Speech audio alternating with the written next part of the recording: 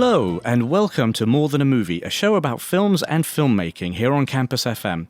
My name's Andrew Bonello, and along with a guest I'll be welcoming onto the show very shortly, we'll take a journey into the magical world of movies. Today, we'll be uncovering intense films pitting man against beast.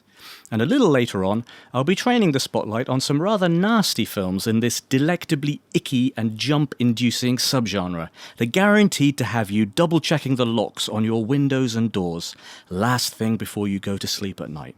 But before we get to that, let me begin by introducing our guest for this week.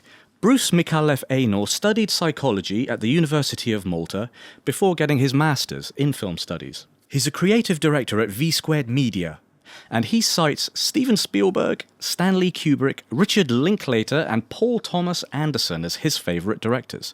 Hello, Bruce, and welcome to the show. Hello, nice to be here.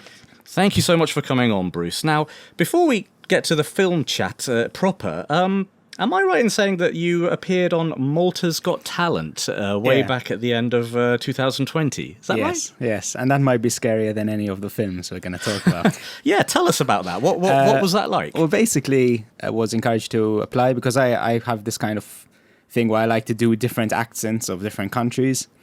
And I had some luck in the past where there was a kind of YouTube, it was like a video talent contest, which I had won thanks to doing this kind of accent thing. And I had sung basically a song in different accents. Right. So when this Malta's Got Talent thing came up, I was like, wow, like the prize money is really great. I'm going to give this a shot. And it was very good fun. I sang I Feel Pretty of, what's that film? West Side Story. Yes. And I kind of did different accents for every line. And I had sort of like a cutout. I had like a cutout of different bodies of different people from different countries, like with my head sticking out. Right. And yeah, no, it was good fun. And how did you do? Good. All right. Well, that sounds very interesting. Well, let's talk a little bit now about your film work. Tell me how your love for film was born, Bruce. I think I really can't remember a time when I wasn't in love with film. I mean, I remember like my favorite place to go as a kid used to be either the cinema or the video store. And I used to just love kind of just spending ages like browsing through the different VHSs, you know, in the video store and the horror section and looking at all these videos. And yeah, then I guess I became like a proper film geek when I started getting Empire magazine. Yes. I still subscribe to it every month. And I've been getting it every month since I was 12. Great. And so that kind of like made me a bit of like more of a film nerd with like loads of film trivia in my head, basically.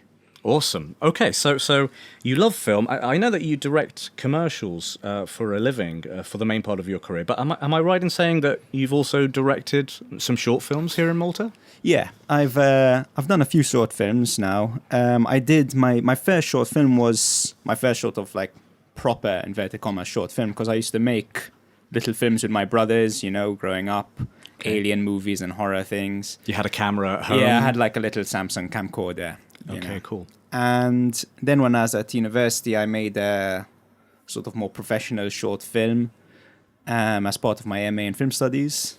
And that seemed to do pretty well. It got shown at a couple of festivals, and then I've just kind of like continued from there. Awesome. And when you were working on those shorts, how did you build your team? How did that process go? Well, with the MA in film studies short film, we were like put into teams. Right. And that was kind of part of the challenge is that, you know, you kind of put together into a team and you don't have that pre-built sort of relationship or teamwork thing before, but you kind of develop it by the end. Right. And then when it comes to my own short films, I try and do a lot by myself in terms of I kind of use them as ways of teaching myself things. Like, for instance, I made a horror short film recently called Mummy's Boy. And that was really like just a way to test my own lighting skills, you know, like, because that was something I always found nerve-wracking is lighting. So, and I use it as like an educational thing, you know. Right, so learning on the job. Yeah, exactly. Awesome. And is there one of the shorts you've worked on, other than Mummy's Boy, that you're really proud of, that you feel fondly about? Well, actually, there's a short film that you appear in called The Soapbox, and I'm really proud of that because it was a real challenge. Tell us a bit about that one. Sure. Basically, we have a mutual friend, Mike West, and he organized this film. How would you say? It was like a film project for different filmmakers when lockdown really began. And it was make a short film within quarantine restrictions. Oh, I see. Yes. So basically, I had to direct this film and co-write it and everything from my own home on a laptop. And co-writing was fine, but directing was especially hard because I'm used to being on a set and, moving the camera as I like, positioning the actors as I like, you know. But when you're doing it online, it can be very hard to, get the shot you have in your head. And I can be quite facile about those things. But I'm glad we made it. It took the subject matter was kind of based on the whole idea of a pandemic. And it was about a virus that turns it was about a virus that turns people insane, basically. Right. And I made it with a really good actor called Anthony Mitzi, who, apart from being the actor, was also the cinematographer, and the guy lighting everything. So just to be clear, how it worked is you were directing this actor, but you were not in the same room together. You were doing it remotely, in effect, because of COVID restrictions. Exactly. So basically, I sent him a storyboard of each shot and kind of tried to ask him to replicate it as much as possible. And then he'd transfer me the footage. Right. And he lives in the country, and the internet wasn't super fast, so it took ages for each shot to come through. It's a slow process going back and forth. Gosh. But I'm proud of it because it's in the future when I say there was a pandemic, I'll have this little short film as a memento of it. Yeah. Absolutely. Cool. So now, looking forward a little bit, if you had no holds barred budget, if you could make any feature film you wanted, have you got an idea at this point in your career what you'd want to make? Have you got a log line for us? Pitch us your movie. It's okay if you don't. My gosh. I have a lot of ideas. I have a lot of movie ideas that I keep in a little notebook. I've been jotting down ideas for ages. So maybe you don't want to give us your golden egg at this point. It's still gestating. I don't know. I really don't know. Is there a genre that you think you'd want to work in? I do enjoy horror. I do enjoy the fun of that, and the kind of psychological manipulation of that. Yeah, I'd like to do more horror films. More horror work. Yeah. That's great because it's very appropriate that you're on the show today because the title of our episode is Intense Flicks Pitting Man Against Beast. So I wanted to ask, have you got any man versus beast movies that you wanted to mention that you're particularly fond of today? Sure. Well, my hero in terms of filmmaking is definitely the master of this. I think Steven Spielberg is he kind of redefined the, man versus beast subgenre. Jaws obviously is the quintessential man versus beast movie.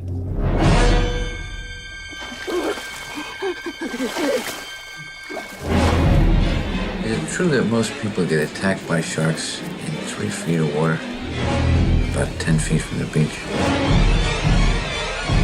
Absolutely. So Jaws, one of Steven Spielberg's most celebrated films. Tell us why you're so fond of this one. I think because it really establishes Spielberg as kind of a master of tension. I've always found Spielberg more of a master of suspense than Hitchcock. I've never been a huge fan of Hitchcock, which, for film buffs is a kind of a controversial thing to say because he's really held up as one of the greats. Yes. But I prefer Hitchcock's influence on other filmmakers. And I think, his influence on Spielberg always results in, magic cinema. Absolutely. And it's interesting because people talk about how, Jaws originally was meant to be more of a Godzilla type film, with the shark kind of front and center. And then it was the mechanical failure of the shark that forced Spielberg to kind of rethink in more Hitchcockian terms, kind of not revealing the, shark. But if you look back at his first feature, Duel, the seeds of that were already very much there. Duel is very much about the actual driver of that truck is never seen. Right, unknown. So I feel that Jaws is kind of almost a spiritual sequel to Duel. That's really interesting. And I actually watched Jaws again quite recently, and I always loved that film since I was a kid. It scared the wits out of me, of course. But what struck me when I rewatched it was how little of the shark you actually see. I mean, most of the film is basically dialogue, people talking. I mean, it's very good dialogue, but there's not a lot of action in the film, really, which is to your point, I think, entirely. And I think what Jaws really makes clear is, like, the better the characters, yes, the more you'll care about them, because they're not kind of stock. That's the thing that I find slightly... Hitchcock's films, I find some of the characters a bit cardboard. You know, they seem like... two-dimensional. Yeah, maybe. they seem kind of ripped out of advertisements from the 50s. Yeah, fair enough. Whereas in Jaws, you kind of have much more relatable characters. Absolutely. There's this very famous scene on the boat where the three of them are sort of preparing for their big showdown, which is often cited as a great character scene, isn't it? Okay, so do you have a second film to very briefly mention to us? Oh, yes. Well, I think following on from Jaws, I think Jurassic Park is an astounding piece of work. Boy, do I hate being right all the time.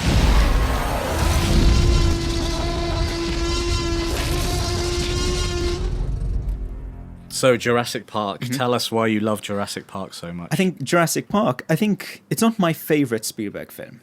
That would be AI, artificial intelligence. Okay. But I think if you had to pick a film that best encapsulated what Spielberg can do, like at the height of his powers, it would be Jurassic Park, because it combines both the wonder, you know, he's incredible at creating moments of wonder and awe, but then also it shows his mastery of suspense. So it's kind of like the wonder of something like E.T. meeting the suspense of something like Jaws in one film. And really shows his mastery over, like, the technical aspects of filmmaking and combining CGI with humans. And yeah, so I think, I mean, Jurassic Park is a perfect example of Spielbergian cinema to me. Terrific. So the culmination, in a way, of his evolution as a filmmaker. The culmination of the awe and wonder and the terror and suspense. Fantastic. Well, thank you for sharing those with us, Bruce, and also for talking a little bit about your work here in Malta. We wish you the very best of luck, and we hope that at some point we'll be seeing more of your work on a Cineplex screen near us very soon. Okay. Have a great one. Thanks very much. Now then, what about movies pitting man against beast that were shot here in Malta? Well, digging into the archives all the way back to 1989, I discovered Leviathan, an underwater sci-fi story directed by George Cosmatos. Deep-sea miners discover a mysterious cargo on a Soviet wreck at the bottom of the ocean. They take it back onto their base on the ocean floor with terrifying results.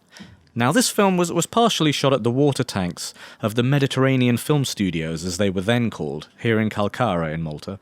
There's lots of underwater and tank work in this film, but if I had to stab a guess, I'd wager that it's the climax of the film that was shot at the water tanks, and possibly some earlier scenes as well.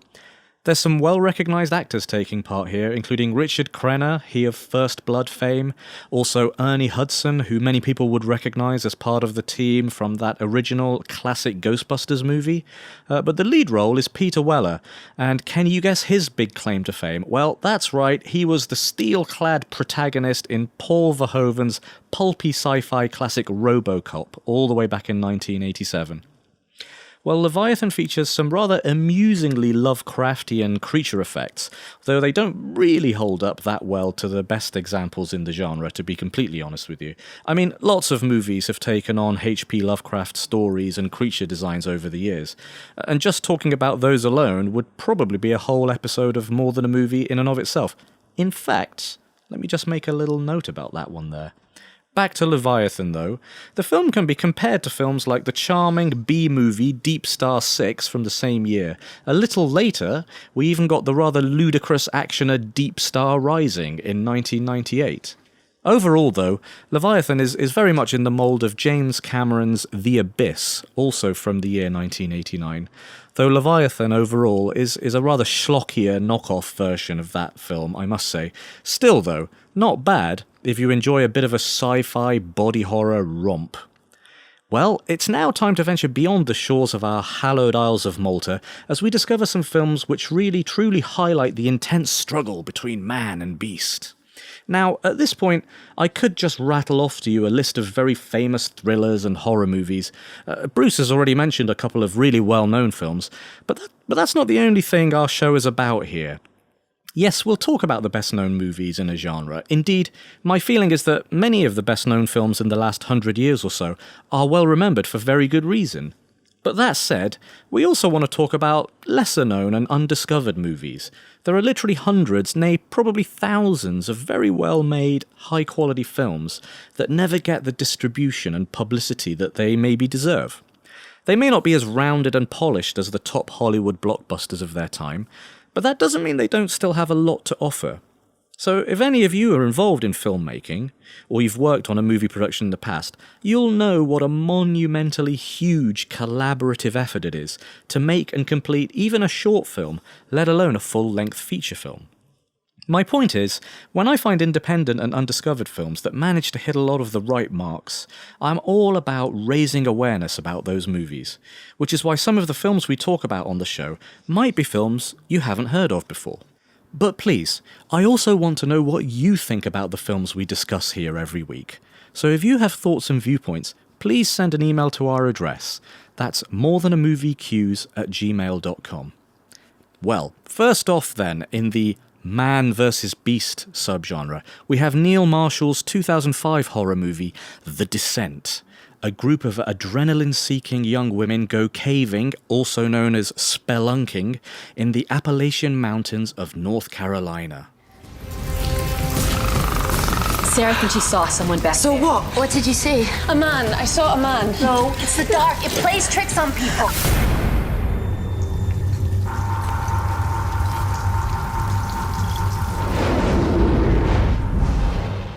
You can imagine then, as the ladies burrow deeper and deeper into the cave system, it all rapidly starts going wrong. And just when you think things can't get any worse, well, they absolutely do. This is a superbly tense and atmospheric chiller. I mean, this movie will literally have you on the edge of your seat with your hands in front of your eyes. The sense of dread just builds and builds. And on a serious note, if any of you out there suffer from claustrophobia, I'd probably just give this one a miss completely, to be honest with you. The film makes powerful use of lighting, very tightly framed camera setups, and great sound design. Combined with strong acting, especially of the facial as opposed to the vocal variety, we're really pulled into a Dante-esque nightmare burrowing ever deeper into the bowels of existential despair. And I'm only actually half joking here. The Descent's narrative frames the surprisingly complex dynamics between this group of young friends, so as to actually hint at those various weaknesses of humanity that Dante Alighieri so famously layered into his 9 circles of hell.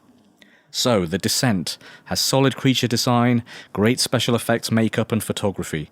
I mean, there's not a lot this filmmaking team got wrong. If I had one minor gripe with the movie, it's when the antagonists are finally revealed in all their horror, I'd argue that they're probably left on screen a little bit too long. Part of the magic of fear in horror cinema, I think, is about what isn't shown. And for much of The Descent, that insecurity of what we can't see is superbly exploited. And overall, if the creatures had been left a little more indistinct in that final third of the movie, I reckon the impact could have been even higher. Dead animals. Hundreds of them.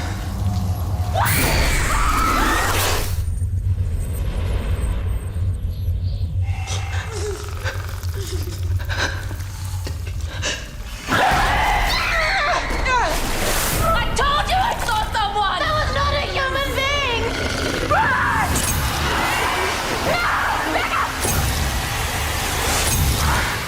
More than 15 years old now, The Descent still stands as one of the strongest British horror movies of the modern era.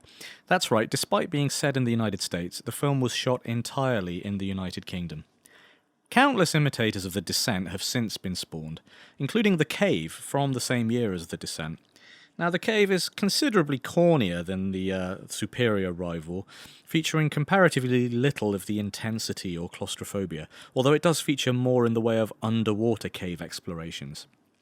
A pale imitator at best, The Cave is still quite good fun, if you like that sort of thing. More recently, a low-budget 2013 film called The Living Dark hits many of the same beats as The Descent also, albeit on a much more modest scale in terms of the production.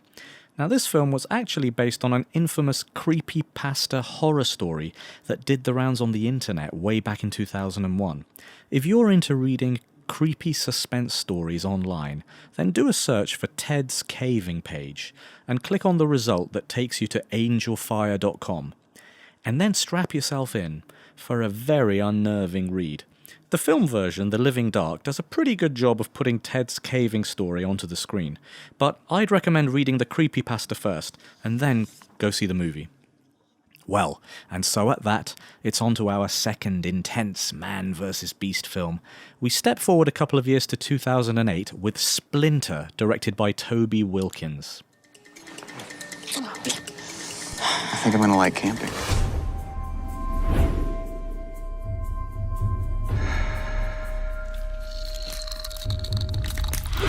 She looks not right. Well, what do you want to do? It's interesting to note when you watch various thrillers and horror movies how the setups very often follow predictable tropes and patterns, and Splinter's no exception really. A young couple, out on the road for a romantic getaway in the countryside, get held up by a fugitive on the run who has his girlfriend in tow. And amongst this quality cast, some of you might recognise Paul Costanzo. His knowing grin featured in various movies, including the year 2000's farcical but lovable college frat boy comedy Road Trip. Now there's a film that'll make you think twice about eating a slice of French toast from an American roadside diner. Yeesh. But I digress. In Splinter, this hapless quartet finds itself holed up at a roadside gas station by night, and things start to get very strange. Now, this is a film with a modest production budget, as demonstrated by the fact that it mostly takes place within this single location. But despite its low-key trappings, there's a surprising amount of tension and believable character interplay in this film. The special effects are rather grisly and unsettling, and the performances are pretty strong. So really, if you're interested in seeing an example of good genre filmmaking on a budget, this is a pretty good place to start. There seems to be a piece of conventional wisdom in modern screenwriting lore that genre movies, horrors, sci-fis, detective procedurals, mysteries, and so on, that they always rely on cliched stereotypes and thin writing, that they don't need to be crafted narratively in the same way as, say, a multi-character drama with Oscar pretensions.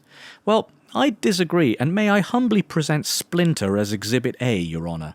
I mean, okay, it's hardly Proustian in its verbiage. It's a pretty simple story, really, but the characters are believable, and in particular, there's a human antagonist in the mix, in the fugitive, played by Shea Wiggum here, whose character arc is really quite well crafted and satisfying in narrative terms. Indeed, some of the best writing I've seen in the movies has been in genre flicks, to be honest. My point, really, is that all films, regardless of their theme and genre, need to be crafted effectively and believably at the screenplay writing stage. The goal, then, the challenge, is to take the tropes of a genre, or genres, since most modern films are actually a hybrid of multiple genres, to take those conventions and use them as scaffolding for a film story, and yet to still come up with a story that feels surprising, unique, and genuinely resonant for the viewer. Not an easy task, as I think you will agree. So back to Splinter, and the nature of the beast these sorry souls are up against is kept intriguingly vague for the film's tight 82-minute runtime, but that's probably wise. Overall then, a grisly and inventive little man versus beast thriller.